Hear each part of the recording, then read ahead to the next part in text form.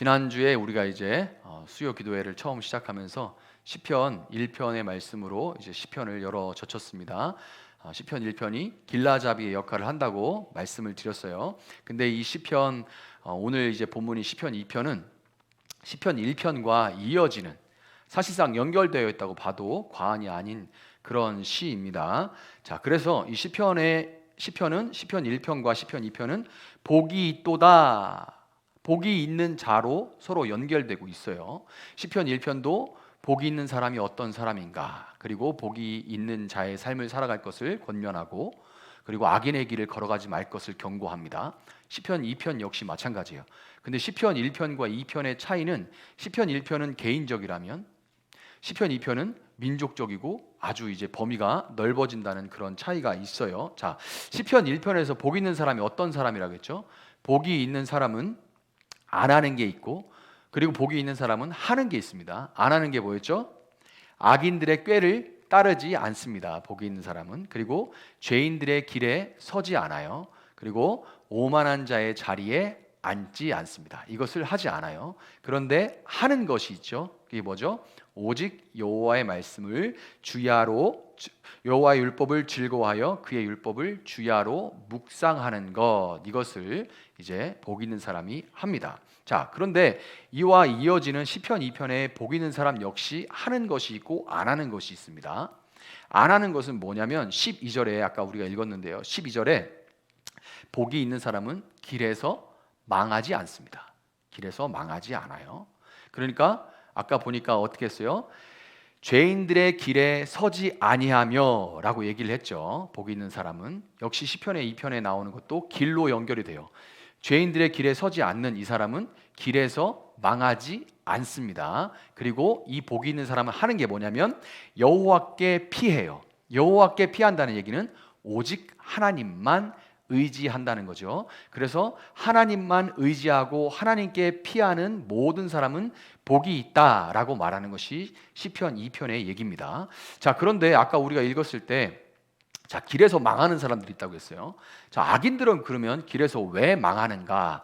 왜 그들의 방식, 그들의 삶의 방식에서, 길이라는 것은 지난주에 제가 웨이, 어떤 방식이나 살아가는 그런 태도, 이런 것들을 얘기한다고 했습니다. 그래서 그 길에서 망하게 되는데, 왜 악인들은 길에서 망하게 되어 있고 왜 의인은 여호와 하나님께만 피해야 하는가에 대해서 잠깐 간단하게 좀 알아보도록 하겠습니다. 자, 시편 2편은 4개의 기승전결, 이 구조로 되어 있어요. 기승전결로 시편이 이제 이렇게 올라갔다가, 2편은 이렇게 올라갔다가 이렇게 떨어지는 짧은 시지만 그러나 이렇게 이런 구조를 가지고 있습니다. 자, 1절부터 3절이 기승전결 중에 기에 해당해요. 기에 해당하는 1절부터 3절은 땅의 나라와 열방들이 이 메시아의 왕권에 대해서 도전하고 반란을 일으키는 그런 장면이 나옵니다. 반란을 일으켜요. 그리고 4절부터 6절은 승에 해당하는데요. 이 반란에 대해서 하늘에 계신 하나님, 땅에 있는 자들이 반란을 일으키고 하늘에 계신 하나님께서 응답을 하십니다. 응답하시는데 어떻게 응답하시냐면 시온산에 메시아 왕을 세우시는 것으로 응답을 하세요. 그 다음에 7절부터 9절까지가 기승전에 해당하는데, 이 전에서 하나님께서 세우신 그 메시아 왕의 우주적인 왕권에 대해서 하나님께서 약속 가지고 보증을 하십니다. 이게 전이고요. 그 다음에 이제 마지막 결론이 뭐냐? 하나님께서 선전포고를 하시는 거예요. 자, 왕을 새로 세웠는데 이 왕에 복종하면 살 것이고 그렇지 않으면 죽을 것이다 라고 선전포고를 하시는 거죠. 열 왕들에게 메시아 왕권을 받아들이도록 하나님께서 권면하시는 장면이 마지막 결에 해당하겠습니다. 자, 이렇게 구조를 생각하시고 조금 더 구체적으로 볼게요. 1절에 보면 어찌하여 이렇게 시작하죠. 어찌하여. 이거는 이제 히브리어로 람마라는 말이거든요. 근데 이제 어찌하여보다는 어쩌자고, 도대체 어쩌자고 그러냐, 이런 말투인 겁니다. 어쩌자고 그러냐. 그래서 어쩌자고 헛된 일을 꾸미는가, 이렇게 시작하는 거죠. 도대체 어쩌자고 헛된 일을 꾸미는가, 이렇게 시작해요. 근데 여기서 꾸미다라는 말이 있잖아요. 되게 재밌어요. 꾸미다라는 말이 우리가 시편 1편에 보면 여호와의 율법을 즐거워하여 주야로 그것을 묵상하도다 이렇게 말하잖아요. 헛된 일을 꾸미다 하고 묵상하다는 말이 사실은 이 하가라는 단어로 같은 단어입니다. 그러니까 시편 1편에서는 묵상하다 굉장히 긍정적으로 쓰였죠. 근데 시편 2편에서는 헛된 일을 꾸미다라는 뜻으로 쓰인 거예요. 그러니까 같은 단어인데 1편에서는 이렇게 해석되고 2편에서는 이렇게 해석되는 거죠. 그래서 일부러 이렇게 해석될 수 있는 단어를 시인이 골라 쓴 거예요. 왜? 1편과 2편에서 의인과 악인을 구분하고 대조하기 위해서 그렇게 한 겁니다. 시편 1편의 의인이 2편과 악인들과 대조되는데 그 민족들과 대조가 되죠. 어찌하여 헛된 일을 꾸미는가 민족들아 열방들아 이렇게 얘기하잖아요. 대조가 되는데 의인은 여호와의 율법을 즐거워해서 하나님의 뜻을 따라 살고자 하는데 그 반면에 민족들은 하나님의 뜻을 거부하기 위해서 헛된 일들을 꾸미고 있다는 거죠. 이것을 부각시키기 위해서 같은 단어를 갖다가 하나는 묵상이고 하나는 꿈이다라는 말로 사용을 한 겁니다. 자, 그러면 2절에서 3절에서 2절부터 3절까지 그 헛된 일이 무엇인가에 대해 설명을 하고 있으며 그 헛된 일이 무엇입니까? 쓸모없는 일들. 그 열방들이 민족들이 꾸미는 그 쓸모없는 일이 뭐예요? 하나님과 그분의 기름 부음 받은 자 참된 왕이죠. 하나님께서 세우시는 참된 왕, 기름 부음 받은 자는 메시아라는 뜻입니다. 메시아라는 자는 구원하시는 분이죠. 그러니까 이 구원을 하나님께서 세우셔서 구원하라고 세워놓은 그 왕을 거절하는 거죠. 그러면 그건 무슨 얘기예요? 그 왕을 통해서 구원받겠다는 얘기가 아니고 스스로 구원하는 삶을 살아가겠다 이런 얘기인 거예요. 자, 여러분 한번 생각해 보세요. 아까 저도 이제만 이 말씀을 준비하면서 하나님에 대적해서 사람들이 살아가는 많은 모습들이 있는데 간단하게 한번 살펴봤습니다. 간단하게 생각하면 자, 우리 지금 집단 지성이라는 얘기를 많이 해요. 그래서 사람들이 많이 모여서 집단으로 지성이 모여가지고 혼자서는 생각할 수 없는 그런 집단 지성의 힘으로 역사가 발전하고 있다 이런 얘기들을 많이 합니다. 경제는 지금 더할 나위 없이 발달해 있죠. 정말 발전해 있는데 정말 경제가 이렇게 극도로 발달하고 있는데 이때 여러분 세계에 우리나라뿐만이 아니에요. 전 세계적으로 경제가 발전해 있다는 소위 이 선진국들은 전체가 아이를 낳지 않습니다. 아이를 낳지 않아요.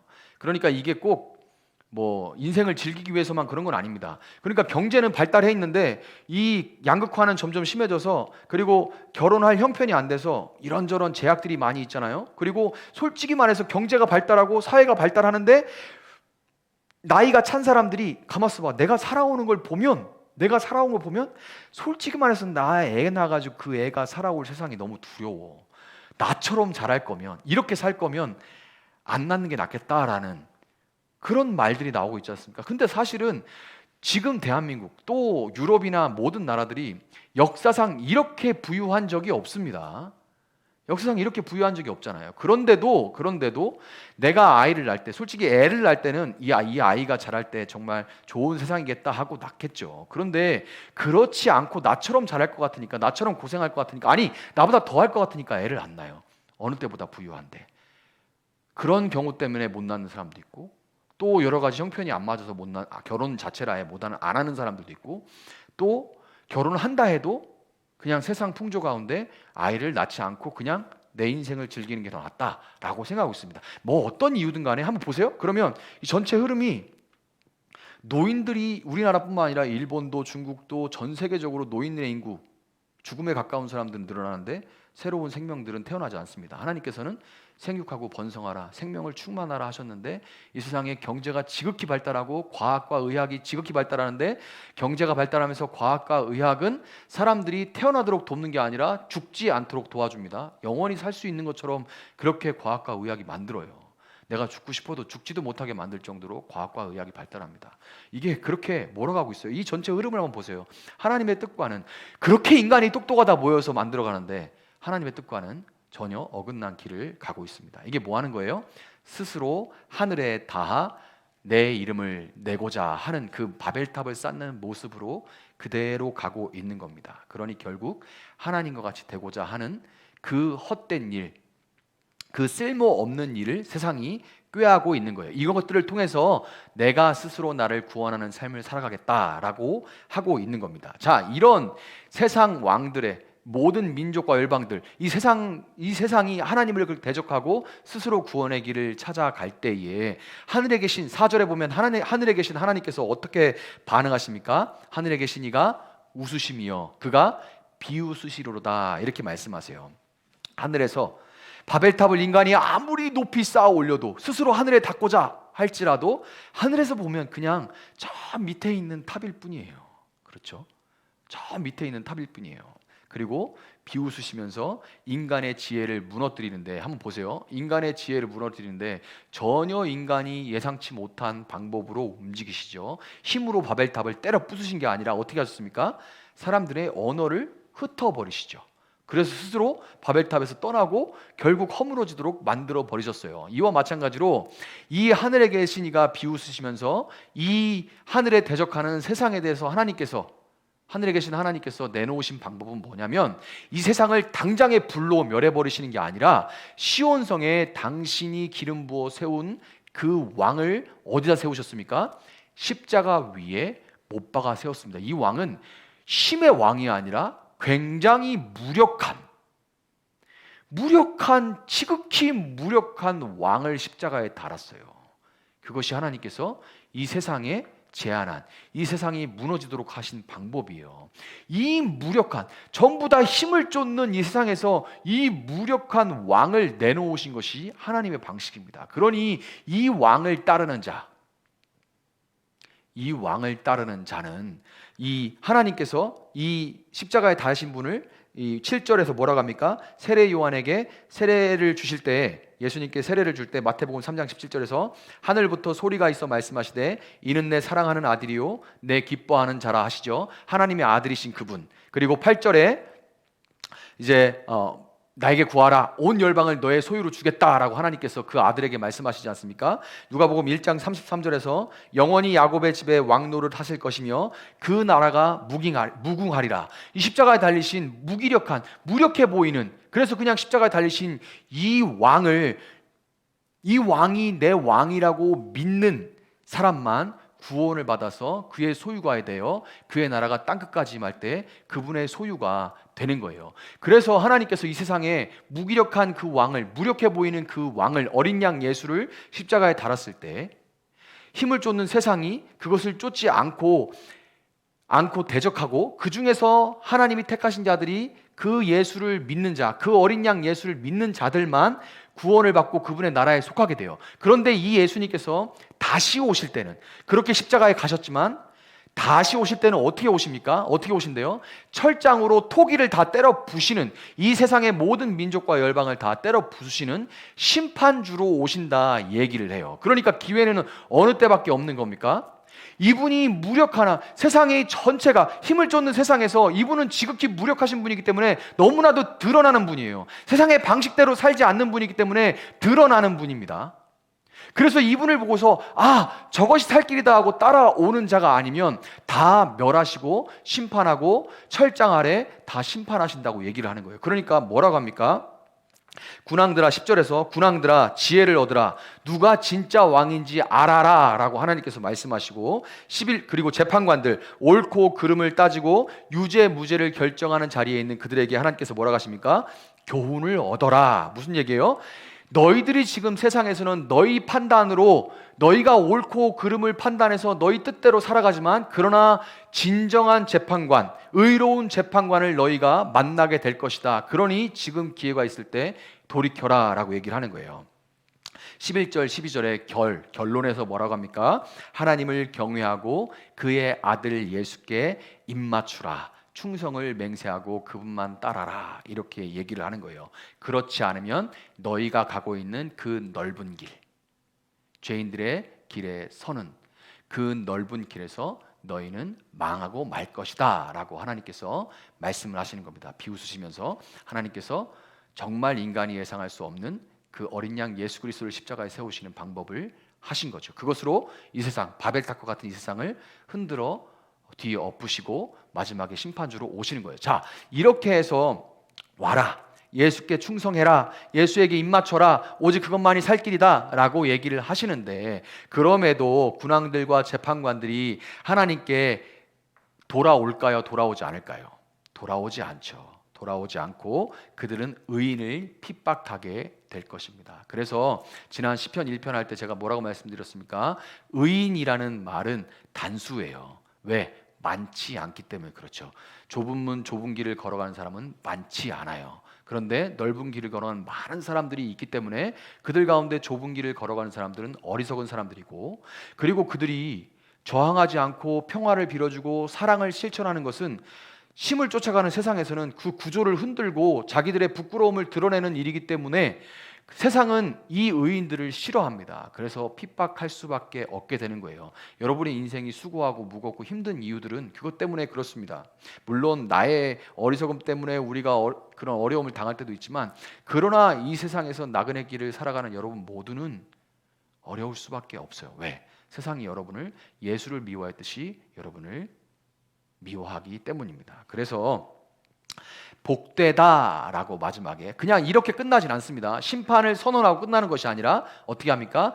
여호와께 피하는 자는 복이 있도다 이렇게 얘기하죠. 근데 원문에서는 참 복되다 이렇게 해요. 시편 1편에서도 복 있는 자는 이게 아니라 참 복되다 뭐한 자요 이렇게 돼 있다고 말씀드렸죠. 여기도 마찬가지예요. 쭉 이렇게 하고 뭐라고 하니까 마지막에 참 복되다 여호와께 피하는 자요 이렇게 얘기를 해요. 왜? 여호와께 피하고 여호와께 의지하는 자는 그 참된 왕이신 예수께서 그들을 지켜 보호하시기 때문에 그래요. 예수님을 우리가 우리의 왕께 만세 우리가 찬양했지 않습니까? 왕이라고 얘기를 하는데요, 왕이 하는 일은 다스리고 보호하는 일입니다. 왕이 하는 일이 뭐라고요? 다스리고 보호하는 일입니다. 이게 왕이 하는 일이에요. 우리가 지금 새날에서 열왕기서를 보고 있는데요, 열왕기서 보면 거기에 선한 왕들이 있고 악한 왕들이 계속해서 나옵니다. 번갈아 가면서 좀 괜찮은 왕도 있고 아주 형편없는 왕들도 있고 계속 이렇게 번갈아 가면서 나오는데요, 악한 왕들을 보면서 우리가 무슨 생각을 합니까? 또 지금도 마찬가지죠. 지금 역사에도 정치인들 보면서 참 못된 그런 사람들 보면서 아 정말 의인은 없는가 이런 생각하죠. 열왕기서 보면서 마찬가지입니다. 아 진짜 제대로 된 사람이 없나, 악한 왕들을 볼 때 그런 생각을 하는 거예요. 제대로 된 사람이 없는가, 정말 의로운 왕이 의로운 자가 다스릴 수는 없는가 하고 기대하게 되죠. 반대로 선한 왕들을 보면 무슨 생각을 하게 됩니까? 선한 왕들을 보면 아 이런 사람이 정말 계속해서 다스리고 우리를 보호했으면 좋겠다라고 생각을 하게 되죠. 다윗과 솔로몬 같은 왕들을 보면서 그런 생각을 하게 됩니다. 여호사밧이나 요시야 왕 이런 선한 왕들을 보면서 그런 생각을 해요. 그런데 그들은 모두가 다 결국에는 죽고 맙니다. 그들의 통치는 영원할 수가 없어요. 또 심지어 그렇게 좋은 왕인데도 불구하고 다윗 왕이 어떻게 했습니까? 밧세바와 범죄했고요, 솔로몬은 우상을 섬기게 됐습니다. 요시 왕도 자기의 어리석음에 빠져서 죽음을 일찍 앞당기고 말았죠. 자 보세요, 이 세상에 온전하신 영원하시고 의로우신 왕은 없습니다. 그분은 오직 한 분 예수 그리스도 뿐이죠. 그분만이 자기 백성을 다스리면서 실정하지 않으시고 자기 백성을 적들로부터 보호하시면서 목자가 자기 양을 위해서 목숨을 버리듯이 자기를 버려서 당신의 백성들을 죽기까지 보호하시는 분이라는 것을 여러분 믿으시기 바랍니다. 그래서 이 세상이 이 시편 3편 이렇게 가면 어떻게 합니까? 천만인이 나를 둘러 진칠지라도 나는 두려워하지 않을지니, 이런 고백이 어떻게 나오는지 아십니까? 그 사람이 복된 사람이기 때문에 그래요. 그 사람이 여호와께만 피하는 사람이기 때문에 그렇습니다. 세상이 나를 미워하고 뭔가 일이 꼬이고 잘 되지 않고 어려운 일들이 닥쳐도 우리가 두려워 않고 짓눌리지 않는 것은 무엇 때문입니까? 우리를 다스리시고 보호하시는 예수님께서 우리와 함께 있기 때문에, 우리가 피하기만 하면 그분이 받아주시기 때문입니다. 그래서 여러분은 지금 그분만 의지하고 그분에게 피하는 자들이기 때문에 여러분 복되다는 걸 믿으시기 바랍니다. 한번 참 이렇게 해보세요. 한번 복되다 한번 해보세요. 복되다. 참 복됩니다. 다른 이유가 돈이 있어서 복돼요? 돈 없죠? 다 알아요. 돈 없죠? 다 압니다. 근데 왜 이 자리에 지금 여기 모여 있습니까? 우리가 말하는 복이 세상과 다른 복이기 때문에 그래요. 하나님이 시온에 세우신 그 왕, 비록 아무것도 없고 무기력한 그런 왕처럼 보였지만 그분이 이 세상을 흔드실 왕이고 다시 오실 때는 그분 안에 있지 않은 모든 자를 심판할 왕이시고 그분이 우리 삶을 다스리시고 보호하시는 분, 그분이 내게 믿어진다는 것이 복이기 때문에 그렇습니다. 다른 어떤 것이 아니라 그분이 여러분을 안에 계시기에 이 수요일 일주일의 중앙에 여러분의 마음에 임하시기 때문에 여러분은 복된 것입니다. 아멘입니까? 그것을 믿으시고 복이 되어 주시옵소서가 아니에요. 여러분 이미 복되다는 것을 믿으시기 바래요. 그것을 우리가 다시 붙들고 나갈 수 있는 게 우리가 기도하는 이유입니다. 이미 있는 것이 다른 많은 것들로 덮여져 있어서 이게 느껴지질 않고 내가 없는 것 같아요. 주시옵소서 주시옵소서 이 얘기는 사실은 없단 얘기예요. 그렇죠. 시편 23편 보면 여호와는 나의 목자시니 내게 부족함이 없다. Shall not be in want. 나는 결핍에 있지 않다 이렇게 얘기해요. 이미 있는 거예요. 그런데 이것들이 세상에서 말하는 그런 세상의 정신들에서 다 가려져 가지고 없는 것처럼 느껴져요. 없는 것처럼. 기도는 이거를 다 걷어내는 겁니다. 아, 정말 내가 복되구나. 다른 무엇도 아니고 예수 한 분만으로 내가 복되구나. 그분인 끝까지 나를 다스리시고 지키시는 분이구나 하는 것을 여러분이 시간에 깨닫고 예수로 충만할 수 있는 시간이 되시기를 축복합니다.